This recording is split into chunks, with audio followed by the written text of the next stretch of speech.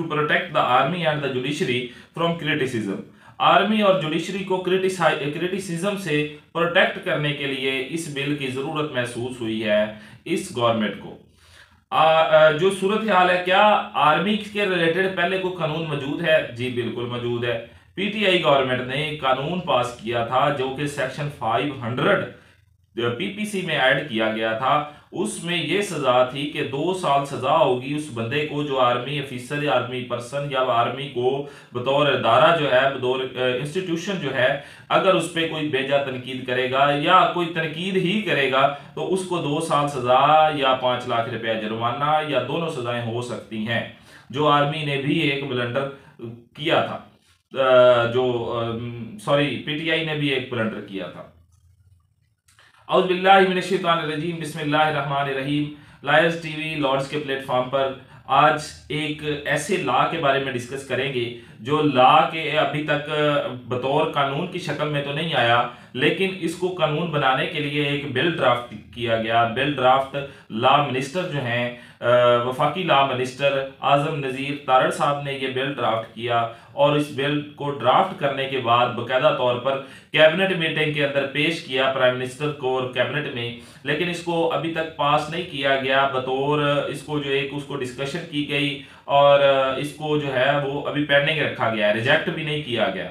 तो ये देखना है कि ये कानून किस लिए बनाया जा रहा है। आया कि ये कानून इसकी ज़रूरत महसूस हो रही थी या ये फ़कत पॉलिटिकल विक्टिमाइजेशन के लिए, खुशामद के लिए, खुशनुदी के लिए बनाया जा रहा है। आया इसकी कोई ज़रूरत थी या पहले से लॉ मौजूद थे कि अगर कोई ऐसा फेल हो तो उन लोगों को पनिश किया जा सके, उनके खिलाफ कार्रवाई की जा सके। आया से पहले से कानून मौजूद थे या ये कोई कानून मौजूद नहीं था, उस गैप को फिल करने के लिए ये कानून बनाया जा रहा है। तो आज का जो कानून है ये है जी, to protect army and the judiciary from criticism. Army और जुडिशरी को क्रिटिसिज्म से प्रोटेक्ट करने के लिए ये बिल बनाया जा रहा है, बिल ड्राफ्ट किया गया है और ये लॉ मिनिस्टर ने जो है वो मीटिंग में और जो है प्राइम मिनिस्टर को भी पेश किया है और ये क्रिमिनल लॉज में अमेंड किया जाएगा। सीआरपीसी और पीपीसी में क्रिमिनल लॉज अमेंडमेंट एक्ट 2023 इसको कहा जाएगा, जो कि बतौर ड्राफ्ट के इसको जो लिखा गया है criminal laws amendment 2023 section 500 A add किया जाएगा और जिसकी रूह से intentional scandalising of the state institution etcetera, जो इंटेंशनली क्रिटिसिज्म करेगा, स्कैंडलाइज करेगा इदारों को, उनको जो है वो 5 साल सजा और 1 मिलियन रुपया जुर्माना होगा। ये इसकी जो सजा इतनी, ये वो सजा है जो हीनियस ऑफेंसेस में दी जाती है। ये वो सजा है जो आज़ादी राय के खिलाफ अगर कोई बात कर दी जाए या आपको लगती है कि ये इसने आज़ादी राय से बढ़कर कोई बात की है तो ये एक माइनर ऑफेंस गिना जाएगा, ना कि ये एक हीनियस ऑफेंस होगा। और ऑलरेडी पीटीआई की गवर्नमेंट ने, जिसमें अमजद अली खान एमएनए पीटीआई का था, उसने एक बिल पास की, बिल भेजा असेंबली में पेश किया, वो पास हुआ, वो बाकायदा कानून बना। पीपीसी में वो सेक्शन 500 ऐड हुआ, उसकी सजा थी 2 साल सजा और 5 लाख रुपया जुर्माना। ऑलरेडी जब आर्मी की तौहीन पर यह कानून बन चुका है तो आपको क्या जरूरत है ये इतना हीनियस इसको ऑफेंस को बनाने के लिए कि आपसे ये क्या कानून बनाने से या सजाएं बढ़ाने से जुर्म खत्म हो जाते हैं? ऐसा बिल्कुल नहीं होता। जुर्म हमेशा जो है उनका तदारक किया जाता है कि ये जुर्म आखिर हो क्यों रहा है। ये अगर जुर्म की जड़ जब तक हम नहीं काटेंगे या जुर्म की जो सूरत हाल वजह किससे हो रहा है वो नहीं ढूंढेंगे तो इसकी बजाय हम सजाएं बढ़ाते रहें, आप 25 साल सजा रख दें, लेकिन जब तक हम इसकी रीजन नहीं ढूंढेंगे, जब बिल बनाने वाला ये नहीं सोचेगा कि ये आखिर हो क्यों रहा है, ये सिर्फ पॉलिटिकल विक्टिमाइजेशन के लिए हथियार के तौर पे अगर आपने बनाने हैं कानून तो फिर आप बेशक बनाएं। मैं जो है इस कानून को जो आपने बिल ड्राफ्ट किया है मैं समझता हूं कि ये बिल्कुल आज़ादी राय इजहार के खिलाफ बिल्कुल खिलाफ है और ये एक कदगन लगाया जा रहा है और इससे जो है वो मीडिया की आज़ादी भी सलब होगी, इसके साथ साथ आम आदमी की आज़ादी सलब होगी, जो कि वो सोशल मीडिया के ज़रिए और हर बंदे के पास अपनी राय का इजहार करने के लिए एक प्लेटफॉर्म मौजूद है, तो ये एक महदूद कर दिया जाएगा। लेकिन इस तरह ये महदूद नहीं होगा। हमेशा जुर्म खत्म होते हैं जुर्म का तदारक करने से, जुर्म की वजूहात ढूंढने से, और जो वजह होती है उसको खत्म करने से फिर जुर्म बढ़ते हैं, कम होते हैं। अदरवाइज जुर्म तो बढ़ते जाते हैं। आप सजाएं जितनी मर्जी बना लें, जितनी मर्जी बढ़ा लें, ये इस तरह जुर्म ये खत्म नहीं होगा। जब ऑलरेडी 2-4 कानून मौजूद हैं जिसका आपने बिल ड्राफ्ट किया है, तो ये क्या जरूरत थी इतनी तकल्लुफ करने की। या तो आप फारिग बैठे थे तो आपने सोचा कि कोई ना कोई काम कर लें, चलो और कोई काम नहीं है, कोई बिल ही तैयार कर लें। तो भाई सोच लें कि ये कानून की जरूरत है, ये इंप्लीमेंट हो सकता है कानून।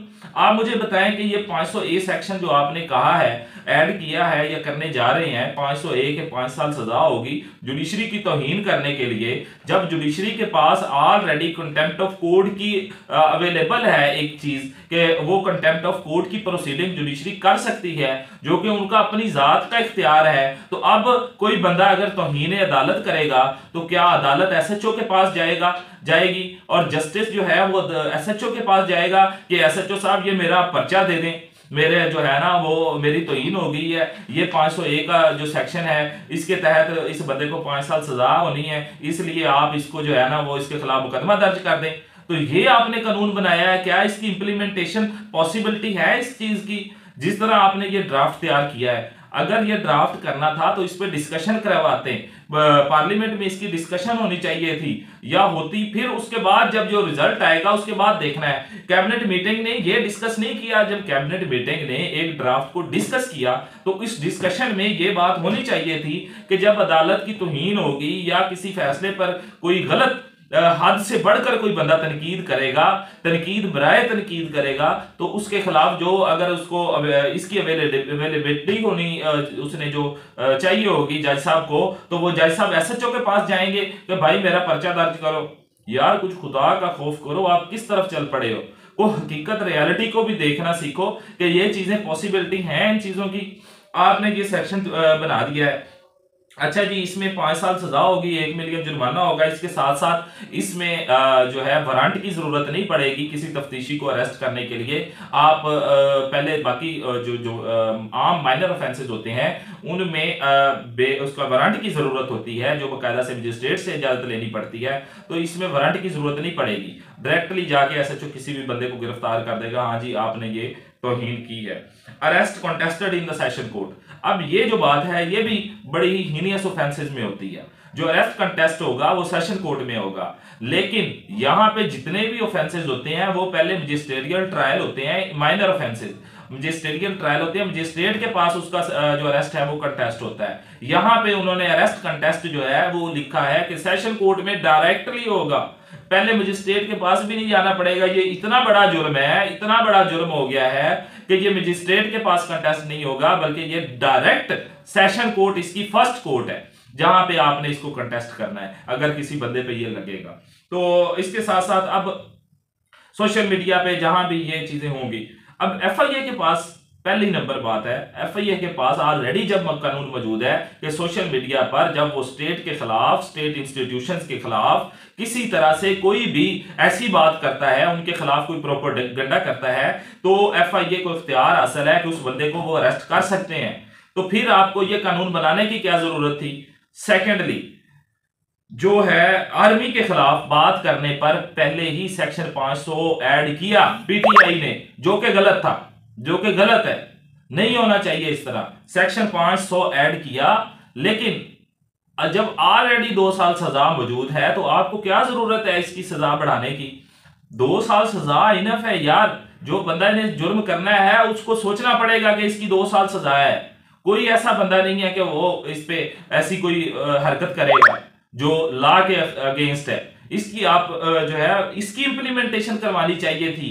इसकी इंप्लीमेंटेशन पे आपको स्ट्रिक्ट लॉज की बनाने की जरूरत थी कि इसकी इंप्लीमेंटेशन करवाएं, चाहे वो FIA को इख्तियार दें। तो ये जो आपने किया है, मजीद वही सेक्शन को उसकी जो 2 साल सजा है उसकी 5 साल कर दी है, जो 5 लाख जुर्माना है उसको 1 मिलियन कर दिया है। तीसरी बात, जो जुडिशरी को आप उसमें बीच में घसीट रहे हैं, जुडिशरी के पास तो पहले कंटेम्प्ट ऑफ कोर्ट की प्रोसीडिंग मौजूद है।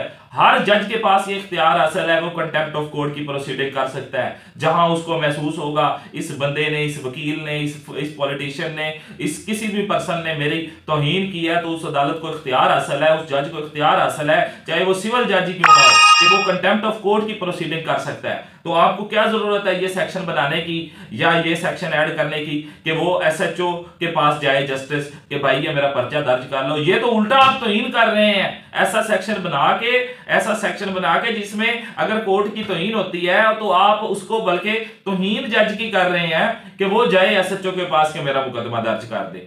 तो दूसरा यह है कि जिस माशरे में जो तनकीद बराए तनकीद नहीं होनी चाहिए, वो ऑफेंस होना चाहिए, वो बल्कि ऑफेंस हो तो कोई बात नहीं, देखा जाएगा। लेकिन जो तनकीद बराए इस्लाह भी जिस माशरे में रोक दी जाए, उस माशरे की ग्रोथ रुक जाती है, वो माशरा कभी तरक्की नहीं कर सकता। उस माशरे की जो अफराद हैं वो सोचना छोड़ देते हैं कि ये तो सोचने पे पाबंदी लगा रहे हैं, आप बात करने पे पाबंदी लगा रहे हैं। आप तनकीद बराए इस्लाह को तो इसको जो है वो बर्दाश्त करें। इसमें कहां पूरे ड्राफ्ट में मुझे तो कहीं नहीं नजर आया कि प्रोवाइडेड दैट फलां फलां अगर कोई फैसला कोर्ट कर देती है या कोई ऐसा जो बंदा किसी जुर्म का मुर्तकब होता है, कोई ऑफिसर, तो उसके खिलाफ, तो ये आपको इस ड्राफ्ट में लिखना चाहिए था। तो ये तो आपने माशरे की जो है वो जड़ें खोखली करने का सोच लिया है ऐसा सेक्शन लगा के। जिस माशरे में तनकीद बराए इस्लाह रुक जाती है, तनकीद बराए इस्लाह हर माशरे में होती है और हर माशरे में उसको कदर की निगाह से देखा जाता है। ये आप हैं कि आप इसको जो है वो जुर्म की नजर से देख रहे हैं।